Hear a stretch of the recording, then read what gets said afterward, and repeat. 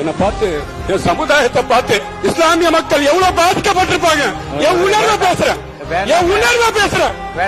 இப்படி ஒரு விஷயம் நடக்கவே கிடையாது. இதுக்கு உனக்கு சட்டமன்றத்திலே பதில் சொல்லிட்டாங்க. ஆனா உண்மையான பாதிப்பை ஏற்படுத்தி யார் தெரியுமா? மத்தவனாச்சும் பாகிஸ்தான்ல தான் தீவிரவாதி கொண்டு வருவான். உங்க அண்ணன் என்ன சொன்னாரு? உன் கூடவே இருப்பான், தமிழ்நாட்டுல பிறந்தவனா இருப்பான், உன் ஃப்ரெண்டா இருப்பான். பாகிஸ்தான்ல இருந்து ஒரு போன் வரும், ஜி ஜனாப் அப்படின்னு சொல்லிட்டு ஒரு ஸ்கூல் பேக்கை தூக்கிட்டு பாம்பே கிளம்பிடுவான்னு சொல்லிட்டு உங்க அண்ணன் எடுத்த படத்தினால இன்னைக்கு முஸ்லிம் மக்களுக்கு வாடகைக்கு வீடு தடவை யோசிக்கிறாங்க. இதை பத்தி நீயே பேசிருக்கியப்பா. அந்த துப்பாக்கி பட பிரச்சனை வந்தப்ப எஸ்ஏசி என்ன சொன்னார்னா, விஜய் இனிமே ஒரு படத்துல இஸ்லாமியரா நடிப்பாருன்னு சொன்னாரு. அந்த பிரச்சனைக்கும் இந்த பதிலுக்கும் சம்பந்தமே இல்ல. இருந்தாலும் விஜய் அதுக்கப்புறம் ஒரு படத்துல கூட இஸ்லாமியரா நடிக்கவே இல்ல. இஸ்லாமிய சமூகத்துக்கு மேல ஏன் உங்க அண்ணனுக்கு இவ்வளவு பெரிய வன்மம்? திருப்பரங்குன்றத்துல பிரச்சனை வச்சு அப்ப உங்க அண்ணன் வாயை திறந்தாரா?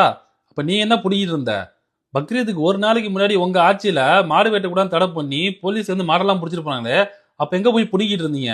அந்த திருப்பரங்குன்ற பிரச்சனையில ஹைகோர்ட் ஆர்டரே வந்தாலும் we will face the consequences சொன்னாரு தலைவர் ஸ்டாலின். காசால ஜனசைட் நடந்தப்போ முதல்ல குரல் கொடுத்தது தலைவர் ஸ்டாலின். ஒரு தொப்பி ஹிஜாபையும் போட்டுக்கிட்டா வாய்க்கு வந்தபடி பேசக்கூடாது. திமுக என்னைக்காவது இஸ்லாமியர்களுக்கு எதிராக ஏதாவது சட்டம் ஏத்திருக்கா? இஸ்லாமியர்களுக்கு எதிராக சட்டம் ஏத்துறது யாரு? பாஜக. அதை எடுத்து பேச துப்பு இருக்கா உனக்கு? உங்க அண்ணனுக்கு தைரியம் இருக்கா? சட்டமன்றத்துல போய் பேசுறீங்களே, சட்டமன்றத்தில் தீர்மானம் நிறைவேற்ற முடியுமா பாஜக எதிரா? கலைஞர் முஸ்லிம்களுக்கு 3.5% ரிசர்வேஷன் கொடுத்தாருங்கிறது எல்லாருக்கும் தெரியும். ஆனா அந்த ரிசர்வேஷன் எதிர்த்து கேஸ் போட்டானுங்க.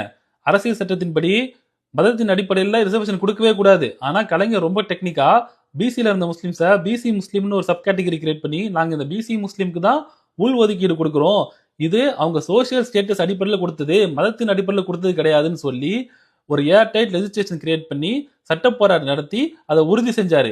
ஏனோ தானன்னு போட்டு நாங்க கொடுத்தோம்பா கோர்ட் கேன்சல் பண்ணி சொல்லல. நான் போன வருஷம் ரம்ஜான்ல ஊருக்கு போறேன். 30 நாள் 20 நடத்துறதுக்கு பீகார்ல இருந்து ஒரு இமாம் வந்திருந்தாப்ல. நான் ஹிந்தி தெரியுங்கிறதுனால அவர்கிட்ட போய் பேச்சு கொடுக்குறேன்.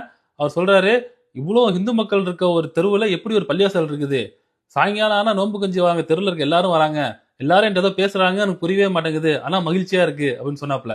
நான் சொன்னேன், இதுதான்பா திராவிடம்னு சொல்லிட்டு அவர் கிளாஸ் எடுத்துட்டு வந்தேன். தமிழ்நாட்டுல பிறந்த நீங்களாம் எப்பறம் தற்கொலையா? நீங்க சட்டமன்றத்துல சம்பந்தமே இல்லாம இதை பேசுறதுக்கு என்ன காரணம்?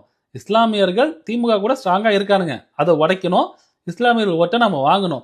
உன்ன மாதிரி தற்கூரி பேச்சை கேட்டு நான் உனக்கு ஓட்டு போட்டு நினைச்சுன்னு வச்சுக்கேன். இதுதான் பதில் உனக்கு. மவுத்தா போகும்போது கூட திமுக காரணா தான் மவுத்தா போவேன். நீங்க என்னடா பண்ணீங்க எனக்கு?